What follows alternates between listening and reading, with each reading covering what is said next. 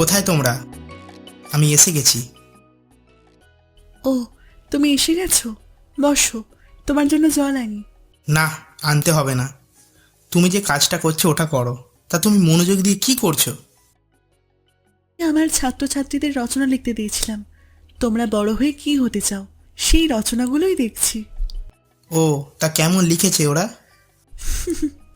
বেশ ভালোই লিখেছে, অনেকের অনেক মজার ইচ্ছে। ও আচ্ছা, তুমি কি চা খাবে? না, আমি খাবো না।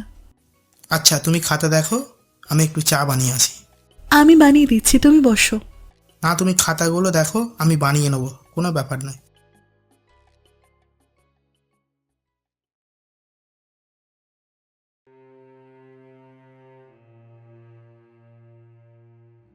কে? তুমি কাঁদছো কেন নীলা?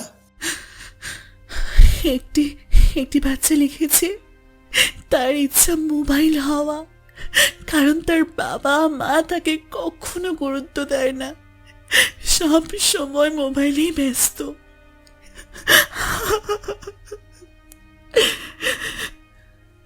সত্যি দুঃখজনক। হয়তো তার বাবা মা তাকে সময় দেয় না, কিন্তু তুমি এত কাঁদছো কেন? ওই ওই ছেলেটি যে রচনাটা লিখেছে সে আর কেউ নয়, আমাদেরই ছেলে, আমার ছাত্র, আমাদের ছেলে। কি কি বলছো তুমি? হ্যাঁ, ঠিকই বলছি। সত্যি আমরা এতটা ব্যস্ত হয়ে গেছি যে নিজের সন্তানের থেকে ফোনে বেশি ব্যস্ত হয়ে গেছি।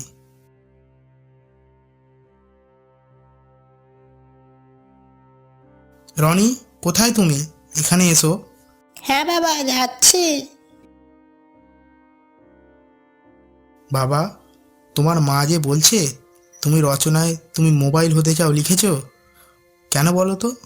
কারণ তোমরা সব সময় মোবাইলে ব্যস্ত থাকো, আমার দিকে সেরকমভাবে তাকাই না, তাই আমি মোবাইল হতে চাই, যেন তোমরা আমায় একটু সময় দাও।